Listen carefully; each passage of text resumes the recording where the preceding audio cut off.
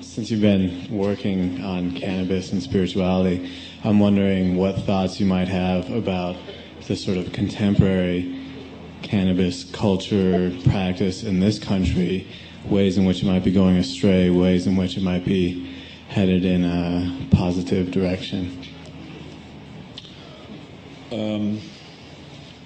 Well, I have a peculiar position on legalization, which is not shared by most of the people in the movement. I'm not very enthusiastic about the whole idea of legalization for a number of reasons.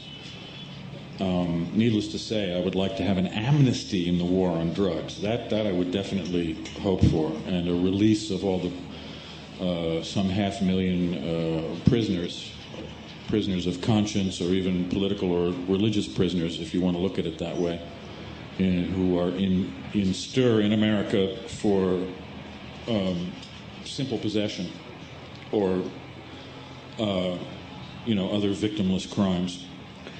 But I don't really believe in legalization under present circumstances, because I think that we would find ourselves in a situation where Monsanto would get the would soon own the patent on the DNA of cannabis sativa and cannabis indica, which would be a big disaster, because they'll do to marijuana what the conquistadors did to tobacco, which was to turn it from a shamanic drug into an addictive commodity.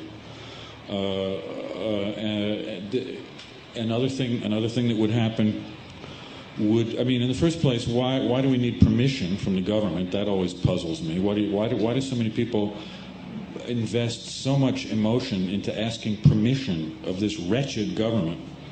This totally senseless, evil fucking regime that we live under. Please, can we smoke pot? Fuck them, is my view. That's important.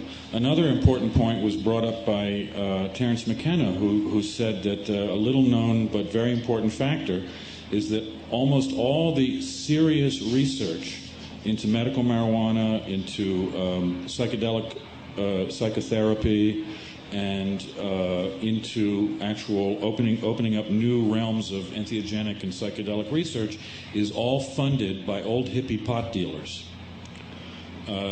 Because the funding is not coming from anywhere else. If you wonder why there's any work being done in this area at all, it's because old hippie pot dealers with a bit of a social conscience and a need to launder cash somewhere are supporting it. And if legalization came, this would end immediately, because the first enemy of the government would then be not the user anymore, but the growers and dealers, who would be still very much against the law. And all the power of the police would then be aimed against them. So this marvelous source of funding for underground research would dry up. And I could go on and on. I do not appreciate a lot of the what I would consider weak liberal and badly thought out ideas behind the legalization movement. Yes, I would love to live in a country that wasn't insane, But you find me such a country, and it's not Holland, by the way, and I'll move there, Meanwhile, I'll stay here and struggle, I suppose.